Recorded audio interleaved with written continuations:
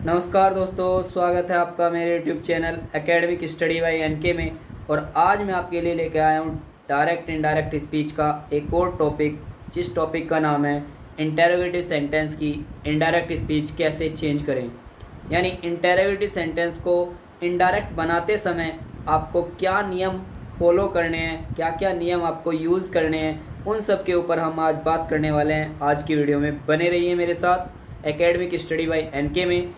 यदि आपने चैनल को सब्सक्राइब नहीं किया है तो प्लीज़ सब्सक्राइब कीजिए, लाइक कीजिए और शेयर ज़रूर कर दीजिए, क्योंकि आने वाले पैट के एग्ज़ाम में यूपी ट्रिपल एससी का जो पैट का एग्ज़ाम है वहाँ में इंग्लिश में से कम डायरेक्ट इनडायरेक्ट में से एक सेंटेंस ज़रूर आने वाला है। तो हो सकता है कि आपके लिए बहुत महत्वपूर्ण हो जाए कि यहाँ से आपका एक क्वेश्चन ईजी वे में आसान तरीके से 1 मार्क्स आपका बन जाए। तो उसके लिए आप वीडियो को अंत तक ज़रूर देखिए। तो स्टार्ट करते हैं। इंटेरोगेटिव सेंटेंस ये 2 प्रकार के होते हैं, आपको भी पता है, ऑलरेडी मैं एक्सप्लेन कर चुका हूँ पिछली वीडियो में। 2 टाइप से बनता है, एक सहायक क्रिया का, यानी जिनमें शुरुआत में आपका क्या आ जाता है हिंदी के वाक्यों में, लेकिन इंग्लिश के वाक्यों में हेल्पिंग वर्ब आ जाती है, जैसे is, are, am, was, were, has, have, had, will, shall, etc। और बहुत सी हेल्पिंग वर्ब हैं जो शुरुआत में आ जाती हैं। तो कुछ सेंटेंस ऐसे होते हैं जिनके शुरुआत में is, are, am, was, were, has, have, had या विल, शैल और बहुत सी हेल्पिंग वर्ब है जो आ जाती हैं।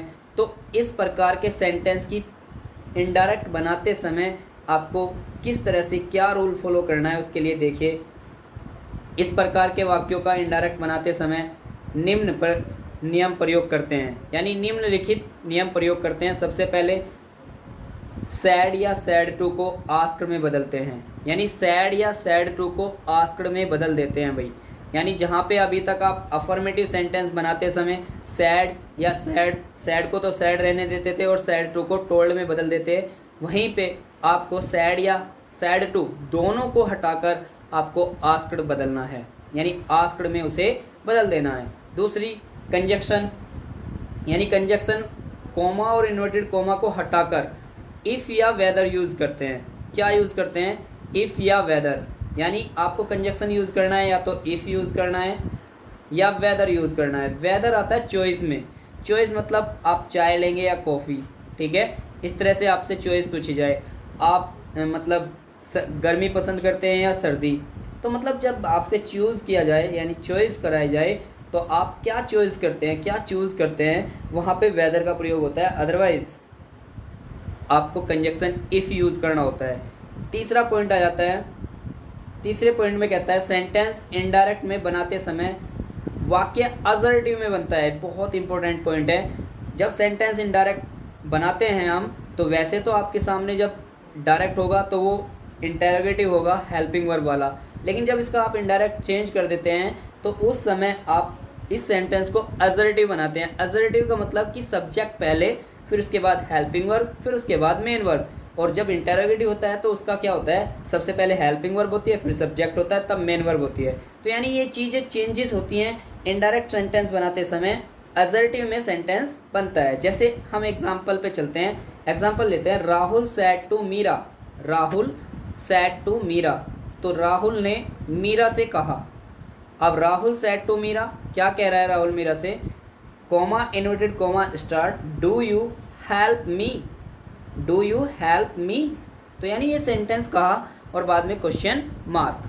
तो इस सेंटेंस की जब पैसिव वॉइस चेंज होगी तो पैसिव वॉइस चेंज करते समय Rahul asked Meera, Rahul asked Meera, if conjunction आया क्योंकि अभी मैं बात कर रहा था। उसके बाद सी क्यों आया? अब सी इसलिए आया कि आप देखिए, आपने देखा यहाँ पे सेंटेंस में सब्जेक्ट है यू, क्या है यू, और यू चेंज होता है, यानी रिपोर्टेड स्पीच का सब्जेक्ट यदि सेकंड पर्सन है तो वो रिपोर्टिंग वर्ब के ऑब्जेक्ट के अनुसार चेंज होता है।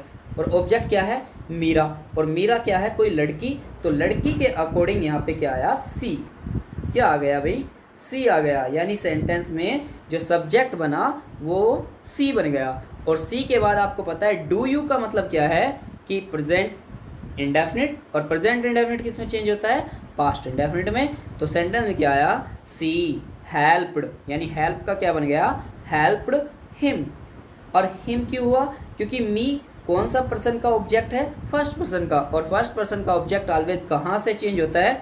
आपको भी पता है, वो चेंज हो जाता है सीधा जाके राहुल यानी सब्जेक्ट के अकॉर्डिंग। और सब्जेक्ट के अकॉर्डिंग अगर आपने मी को चेंज किया है तो क्या बन जाता है?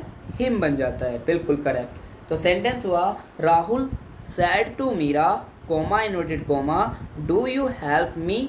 तो इसका इनडायरेक्ट बनाते समय Rahul asked Meera if she helped him. Okay, clear है? ठीक है, चलते हैं नेक्स्ट।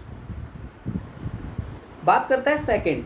अब सेकंड क्या होता है? सेकंड होता है प्रश्नवाचक शब्द वाले वाक्य, यानी क्वेश्चन वर्ड वाले वाक्य, जो क्वेश्चन वर्ड से शुरू होने वाले वाक्य हैं। जैसे वाही से कोई शुरू हो जाता है, व्हाट से हो जाता है, हु से हो जाता है, हुम से हो जाता है, वेयर से हो जाता है, वहन से हो जाता है, हुज, हाउ। यानी यदि इन वर्डों से आपका क्वेश्चन शुरू हो रहा है, यानी रिपोर्टेड स्पीच के पहले अक्षर वाही, व्हाट, हु, हुम, वेयर, व्हेन, हुज, हाउ, यदि ये हैं तो इस तरह के शब्दों से शुरू होने वाले वाक्यों की इनडायरेक्ट बनाते समय, इस तरह के शब्दों से शुरू होने वाले वाक्यों के इनडायरेक्ट बनाते समय निम्न नियम काम करता है। यानी उसमें निम्नलिखित नियम का प्रयोग होता है। कौन से नियम का प्रयोग होता है? सबसे पहला रूल कहता है क्या? कि सबसे पहले सैड या सैड टू को आस्क्ड में बदलते हैं। ये तो हम पहले भी कर रहे थे, यानी जो आप हेल्पिंग वर्ब वाला सेंटेंस इंटरोगेटिव बना रहे हैं उसमें भी सैड या सैड टू को आस्क्ड में बदलते हैं। दूसरा, आपके सामने उसने इन्वर्टेड कॉमा को हटाकर कंजक्शन क्वेश्चन वर्ड को ही लगा देते हैं। ये बहुत इंपॉर्टेंट है। बहुत बार हम गलतियां कर देते हैं यहाँ पे कि जैसा इफ़ या वेदर हेल्पिंग वर्ब वाले सेंटेंस की इनडायरेक्ट बनाते समय लगा देते हैं, वैसा ही यहाँ पे भी इफ़ या वेदर हम यूज़ कर लेते हैं, बट ये गलत है।